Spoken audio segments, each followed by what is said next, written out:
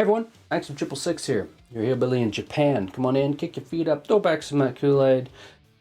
I got some more of that Back for Blood out of the box content for you. First and foremost, I am a Twitch streamer. I stream 4 days a week. The link is on the screen about right there. Yeah, cool. Make sure you guys swing by the stream sometime. Check it out. But without further ado, what have I got for you? So like I said, I got some Back for Blood content for you today. It's a little different. Something I never thought I would get behind using. Because it's always kind of written off as a trash weapon in Back for Blood, and that is the Super 90. I was a little bored, kind of made a deck on a whim. Wanted to see if I could make a deck centered around the Super 90 and see what I could accomplish with it. And boy howdy, it's a bit retarded and ridiculous and has become my favorite shotgun in the game. This is probably borderline one of my favorite decks I'm currently have in the game. It is a bit retarded. It is just ridiculous how much DPS it puts out. You will see it in the gameplay I put in the background. Actually, before you can get into breaking into the deck and the card by card breakdown, I'm going to play a short clip just to show how disgusting it can be with the correct setup. And this was with my back against the wall and the team on its last legs. And this deck still came through with some disgusting damage. So we'll go through this little clip. Once we get through that, we'll break into the deck. So let's go ahead and flip over that. Gotta reload. Go, Deagle, go!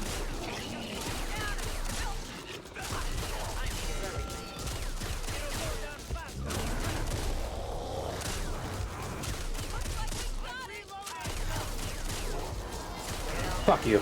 Holy shit, actually. I can't believe we lived that. Damn. I can't believe. Alright guys, here's the deck. As for the clip, as you can see, ridiculous DPS. That breaker stood no chance whatsoever. Even surprised me how fast I cut it down. Was incredible. But like I said, deck is on the screen. You don't want to stick around, go ahead, grab it, copy, paste it, throw it in your game. All I ask, as usual, swing back either to a YouTube video, my stream, Discord, let me know what you think, give me that feedback. Any improvements you see or changes that could be made, let me know. I really, really do like this deck. If you can make it better, you definitely have my attention. Our relevant links will be down below, down in the descriptions. But without further ado, let's go ahead and get into the deck if you're sticking around. Small disclaimer before we get into this deck. There is a bug in the game related to, I believe it only affects, pump shotties. And I think it's directly related to the less is more. I don't know if it's the gold one or if it's just the blue one. But regardless, you won't hear it, but your teammates will. You'll end up in a infinite reload animation. So basically, you get the idea? Looks a little obnoxious and it's kind of loud. Some teammates don't care. They get used to it. There are a couple fixes to it. You can either switch to your secondary and switch back. That sometimes turns it off. Or sometimes you gotta switch to your secondary. Fire around, reload your secondary and switch back. That turns it off. That generally works. Or some of your teammates can just ignore it. It's not the big deal. Just small disclaimer. All right. But and we have one card I do believe I will be switching out in the future in this deck. When I get to it, I will tell you which card it is, and I will explain why. So let's go ahead and break down the deck, shall we? First card, obviously, Share the Wealth. It's the first card in all my decks. Don't need to say much more about it, so we're just going to move on. Okay, Mag Coupler. Actually, scratch that. We're just going to toss all these on the screen. So we got Mag Coupler, Ammo Belt, and Scattergun Skills. All reload cards, technically, even Ammo Belt. So all in all, that is, what, 50, 15, that's 65. So all in all, it's 105% reload speed. It's nice. I mean, technically you could get more reload speed in there, but you know, you gotta sacrifice somewhere. And if you happen to find reload drills, I mean, this for the cards you definitely want to look out for when you're going through a run. Look out for reload drills, look out for wide mouth, look out for cold brew coffee. It will definitely increase your DPS and make your reload that much faster. I actually found wide mouth magwell at the end of this run playing in the background, picked it up, and it made a giant difference on the reload. It was getting a bit ridiculous. I could only imagine if you found the rest of them got really lucky. But regardless, mag coupler, ammo belt, scattergun. Ammo belt because one flaw to the Super 90 is it does have a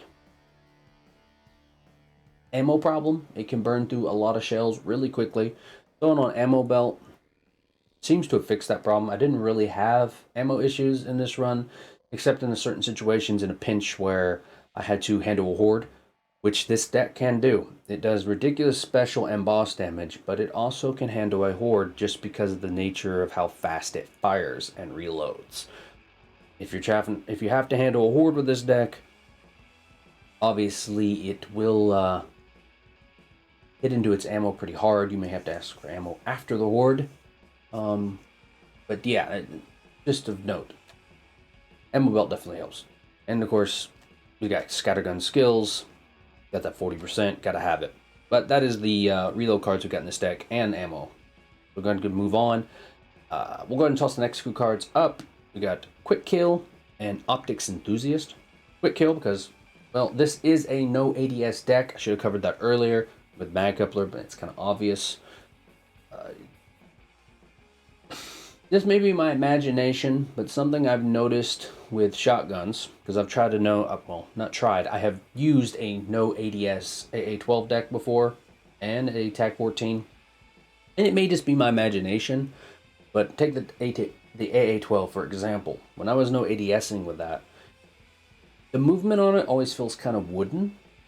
Maybe you don't have the same experience, and maybe it's just my imagination, but when I no ADS with the Super 90, it seems a little snappier. It seems to flow a little better. A little more fluid, if you will. It doesn't feel wooden. It feels a little more natural to no ADS with it. Like I said, could be my imagination. Compare the two, see what you think. Maybe I'm just crazy. Super 90 with no ADS just feels a little different. I don't know why. Maybe, I don't know. I just don't. But regardless, Quick Kill, Optics Enthusiast. Now, I mentioned in the beginning there was a potential card that will be changing in the future. Believe it or not, that is Optics Enthusiast, which adds up 30% accuracy. The run in the background, I actually did not have Optics Enthusiast. I actually got lucky when I found the blue Spray and Pray, which obviously ruins your accuracy by 50%. I also found a blue Steady Hand, just luck. And you'll see even when I'm standing up, the accuracy is not that bad. I mean, obviously, you have to be a little more careful. You could blow away a teammate, and you're not going to get that precision kill from a distance. But as soon as you crouch and kick in that steady hand with that 40% reload, it dials in pretty good. And then later in the video, I actually get a gold Spray and Pray. Hey everyone, I wanted to plug in just a little bit of information right here in the middle of the video, since we're talking about the Tunnel of Terror legendary attachments kind of in this area. Important note to take about the Super 90s, since I did some recent testing and some current runs. Avoid the gold less is more. You want the blue less is more.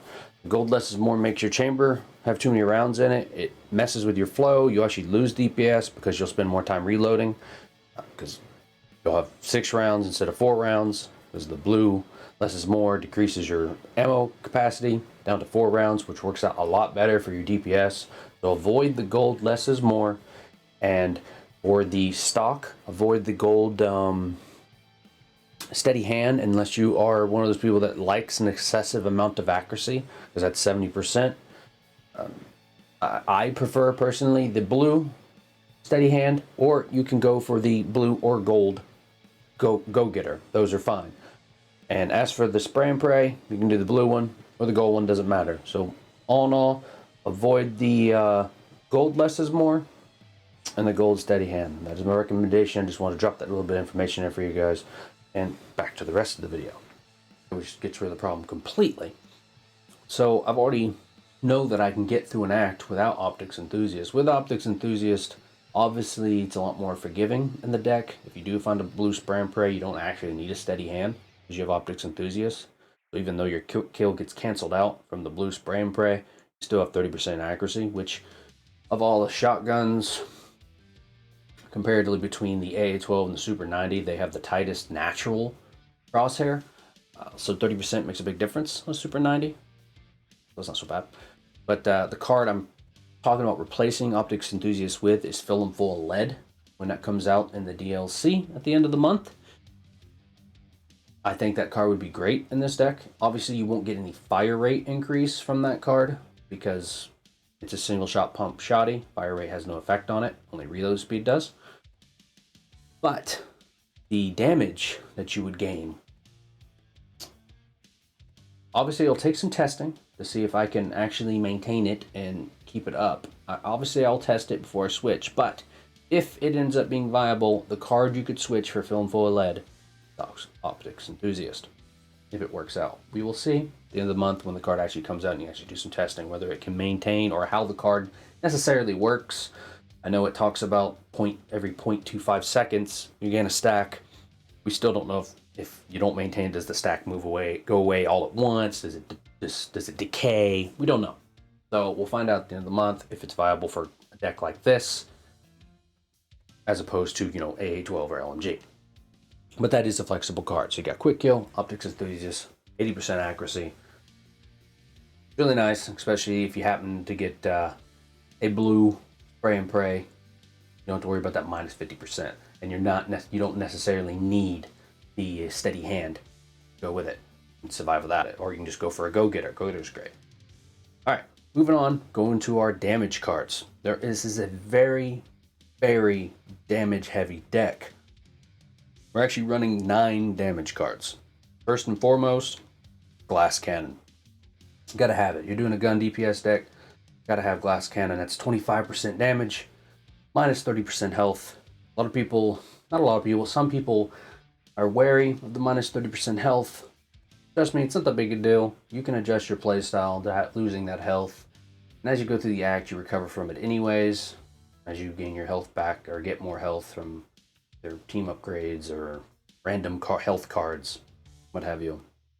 It's not that bad, but the damage you gain for it is definitely amazing. So Glass Cannon, hands down, definitely.